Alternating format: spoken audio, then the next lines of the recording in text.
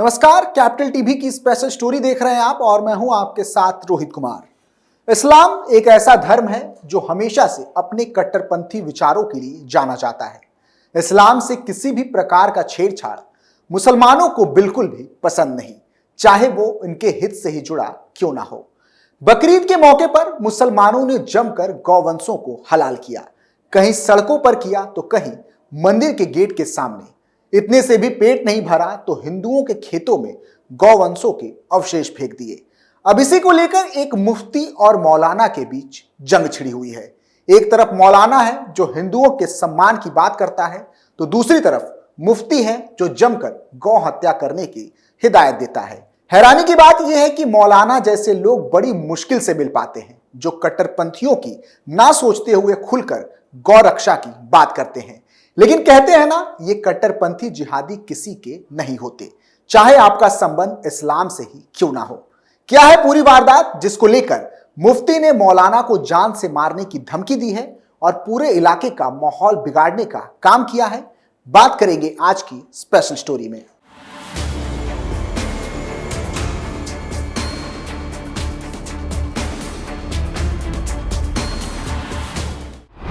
गौहत्या रोकने पर जान से मारने की धमकी।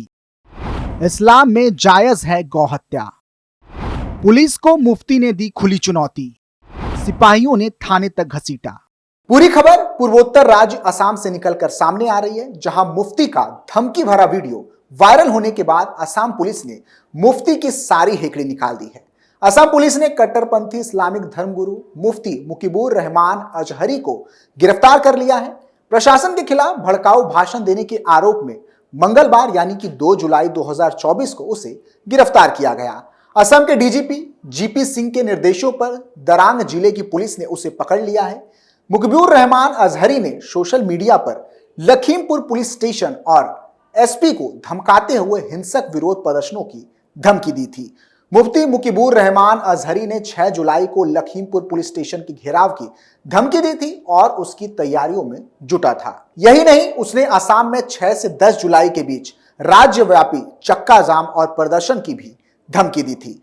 अजहरी ने यह बयान और धमकी मौलाना मुस्तफा कमाल द्वारा ईद के मौके पर उस अपील के बाद दी, जिसमें मौलाना कमाल ने मुस्लिमों से ईद के मौके पर गाय की कुर्बानी ना देने की अपील की थी। मौलाना मुस्तफा कमाल ने कहा था कि इस्लाम में कुर्बानी तो अहम है, लेकिन गाय की ही कुर्बानी क्यों देनी है, यह जरूरी बिल्कुल भी नहीं। उनके इस बयान पर असम के कट्टरपंथियों ने उसका विरोध किया था और मौलाना मुस्तफा कमाल की गिरफ्तारी की मांग की थी। इसी क्रम में मुफ्ती मुकीबुर रहमान अजहरी ने सोशल मीडिया पर बाकायदा लाइव आकर कहा था कि वो मौलाना मुस्तफा कमाल के घर के साथ ही पुलिस स्टेशन और एसपी ऑफिस का भी घेराव करेगा, जिसमें दम है वो रोक कर दिखाए। ये वीडियो भी सोशल मीडिया पर जमकर वायरल हुआ था। असम के मंत्री पीयूष हजारिका ने मुफ्ती मुकीबुर रहमान के बयान की आलोचना की थी। उन्होंने कहा, ये व्यक्ति खास समुदाय से संबंध रखता है जो अल्पसंख्यक है। चूंकि ईद पर गाय की कुर्बानी ना देने की अपील की गई थी, लेकिन इसकी आड़ में ये व्यक्ति नफरत बढ़ा रहा है और लाइव वीडियो में असम पुलिस को चैलेंज कर रहा है। यह व्यक्ति हिंसा की भी धमकी दे रहा है। असम किधर जा रहा है? फेसबुक लाइव सेशन के दौरान मुफ्ती ने कहा कि वो 6 से 10 जुलाई के बीच लखीमपुर पुलिस स्टेशन और उस शैतान यानी कि मुस्तफा कमाल के घर का घेराव करेंगे। इस दौरान काफी लोग मेरे साथ रहेंगे। मुकीबुर रहमान अजहरी ने घोषणा की कि मैं यह जानना चाहता हूं कि वो आदमी कितना बहादुर है। मुझे आज उत्तर लखीमपुर पुलिस स्टेशन से फोन भी आया था और ये कहा गया कि 6 जुलाई को घेराव जैसा कोई काम ना किया जाए, लेकिन मैं उस दिन जरूर जाऊंगा इंशाअल्लाह। यही नहीं, उसने कहा कि एसपी और डीसीपी भी उसे फोन करें तब भी वो घेराव करेगा। मुस्तफा कमाल को गाली देते हुए उसने कहा, मैं फिर भी जाऊंगा इंशाअल्लाह। उस आदमी ने यह खेल शुरू किया है और यह उसका आखिरी खेल है। मैं इस खेल को खत्म कर दूंगा। मैं इस्लाम का प्रचार करने के लिए बहुत मेहनत करता हूं। अब आप इस्लाम का अपमान करते हैं, आप रसूल यानी कि पैगंबर मोहम्मद को गाली देते हैं। उन्होंने रसूल को शैतान कहा था। चाहे वे मेरे पैर काट दे या मेरे हाथ तोड़ दे, मैं जाऊंगा, मैं जाऊंगा। चाहे वह कितनी भी पुलिस को बुलाए, मैं 3 से 4 लाख रुपए महीना कमाता हूं। यह आदमी केवल आरएसएस के जरिए कमाता है। वह मानहानि का मामला दर्ज कर सकता है, लेकिन यह सच है।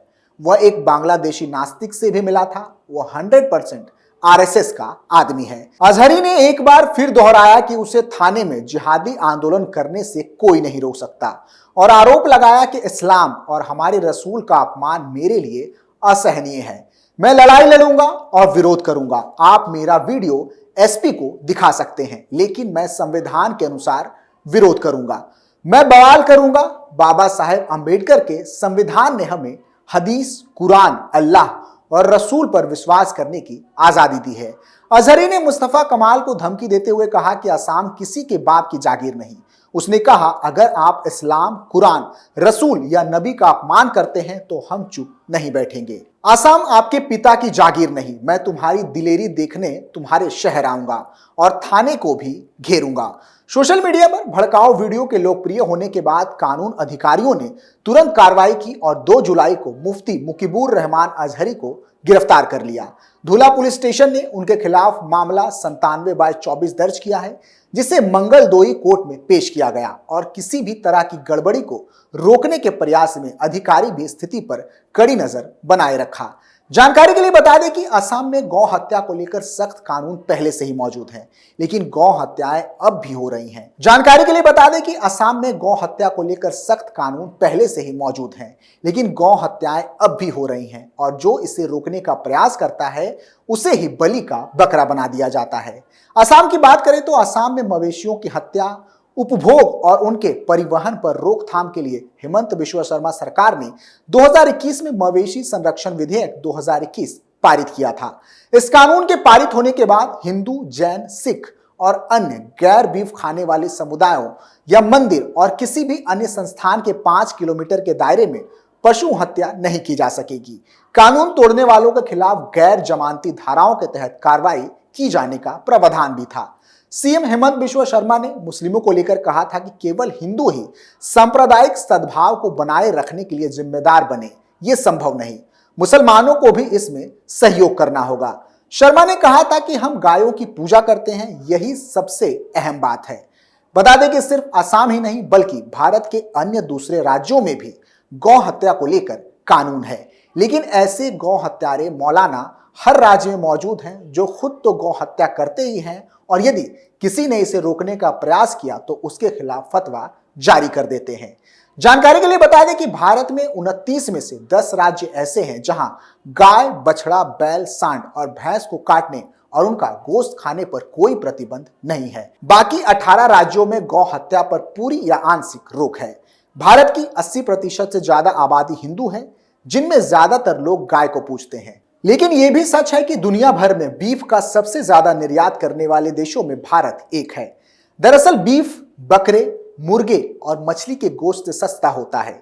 इसी वजह से यह गरीब तबकों में रोज के भोजन का हिस्सा है, खास तौर पर कई मुस्लिम ईसाई के बीच। गौ हत्या पर कोई केंद्रीय कानून नहीं है, पर अलग अलग राज्यों में अलग अलग स्तर की रोक दशकों से लागू है। तो सबसे पहले यह जान लें कि देश के किन हिस्सों में बीफ परोसा जा सकता है। गौ हत्या पर पूरे प्रतिबंध के मायने हैं कि गाय, बछड़ा, बैल और सांड की हत्या पर रोक। ये रोक 11 राज्यों यानी कि भारत प्रशासित कश्मीर, हिमाचल प्रदेश, पंजाब, हरियाणा, उत्तराखंड, उत्तर प्रदेश, राजस्थान, गुजरात, मध्य प्रदेश, महाराष्ट्र, छत्तीसगढ़ और 2 केंद्र प्रशासित राज्यों यानी कि दिल्ली और चंडीगढ़ में लागू है। गौ हत्या कानून के उल्लंघन पर सबसे कड़ी सजा भी इन्हीं राज्यों में तय की गई है। हरियाणा में सबसे ज्यादा 1 लाख रुपए जुर्माना और 10 साल की जेल की सजा का प्रावधान है।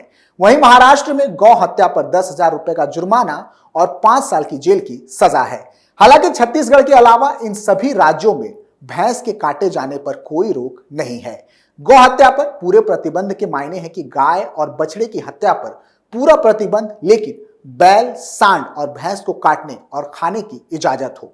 इसके लिए जरूरी है कि पशु को फिट फॉर स्टॉल सर्टिफिकेट मिला हो। सर्टिफिकेट पशु की उम्र, काम करने की क्षमता और बच्चे पैदा करने की क्षमता देखकर दिया जाता है। आंशिक प्रतिबंध की बात करें तो ऐसे राज्यों में सजा और जुर्माने पर रुख भी कुछ नरम है। जेल की सजा 6 महीने से 2 साल के बीच है, जबकि जुर्माने की अधिकतम रकम सिर्फ 1,000 रुपए है।